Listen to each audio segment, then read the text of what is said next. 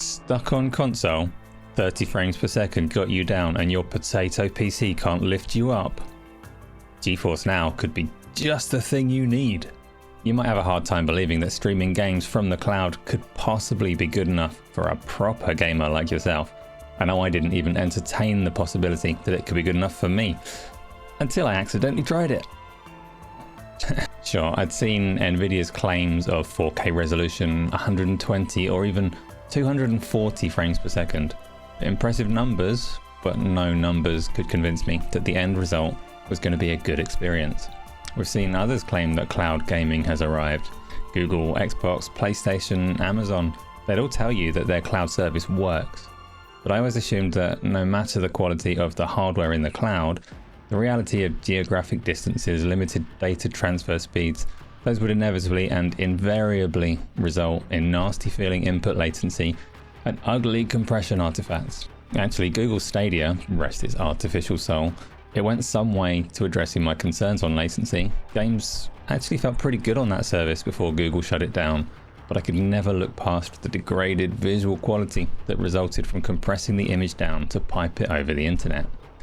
Anything with a lot of motion or dark areas, subtly graded colors, those would all show up the weakness of streaming and look a bit crap.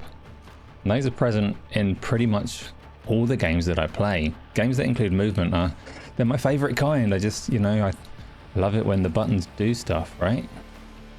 A couple of years ago when I experimented with streaming services, Stadia was ahead of the pack by quite some distance, but still not really something that I'd consider using over consoles or PC.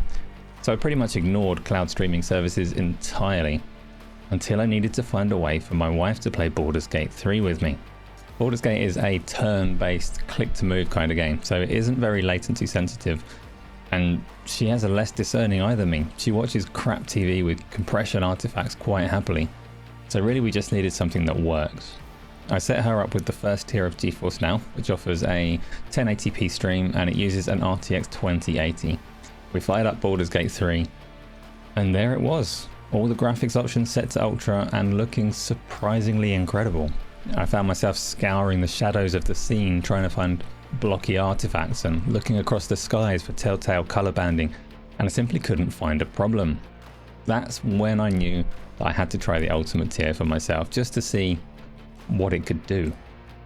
Now, I'm not a shill, by the way. I'd probably sound like one of those gross free stuff influencers, but I promise I've never so much as spoken to anyone at NVidia, let alone received anything from them. I signed up to Geforce Now Ultimate tier for $17.99 a month. That's the top tier that they've got available.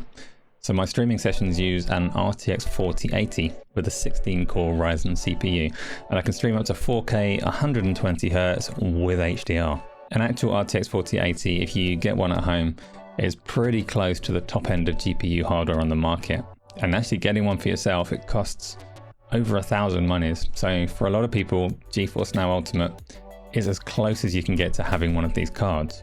It's capable of running Cyberpunk 2077's ray tracing overdrive mode, which is pretty much the holy grail of GPU power, and it puts this card overall about 8 million times ahead of what the current gen consoles can do.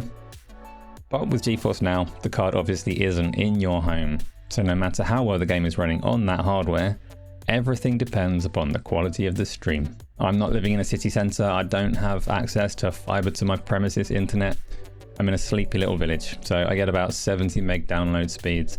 I've set Geforce Now to allow itself a maximum of 65 meg, and in practice it seems to use between 40 and 60 while I game. And with that, I get games that look like you are seeing in this video.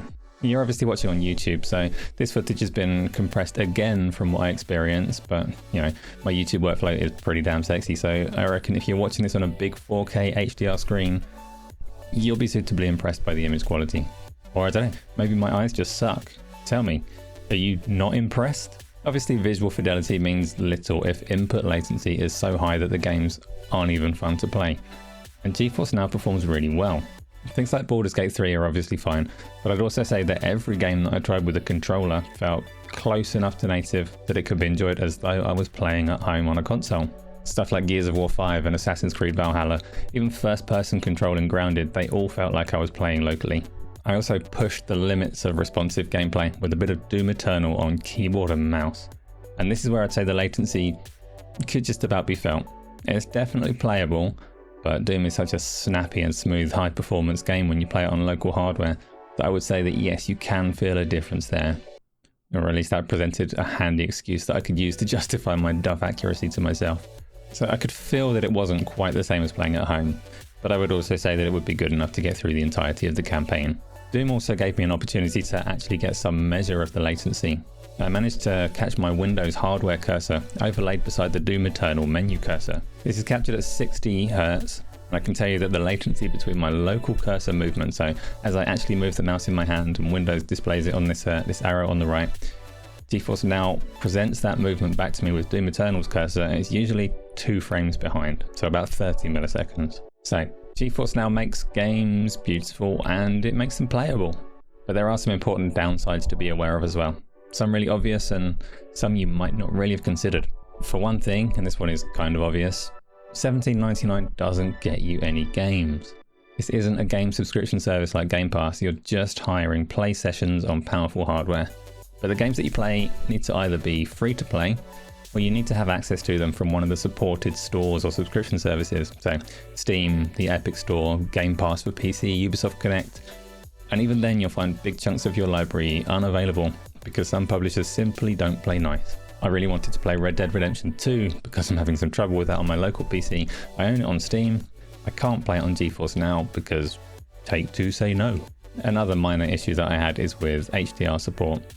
It's there, but support is pretty spotty and inconsistent. It looks like NVidia have to specifically enable HDR support, even if the PC game supports it. And even when they've done that, sometimes it doesn't activate properly. Most games you can just relaunch it and clear that right up, but I couldn't get it to work at all in Guardians of the Galaxy, for example. That also speaks to the next point. Geforce Now is not as simple as a console and it's not as flexible as a PC. You get full access to tweak and configure the settings of your game, which some people really enjoy. Personally, I'd rather not be doing that. Games don't always launch with an optimal configuration, so you are going to be in and out of settings, and personally, I had a bit of trouble trying to figure out the interaction between VSync in the game, VSync in Geforce Now, and the refresh rate of my actual display. That's a minor issue that I got to the bottom of very quickly, but it just speaks to the difference between the simplicity of a console and the slight complexity of NVIDIA's streaming service. You also miss out on arguably the biggest strength of PC gaming, mods.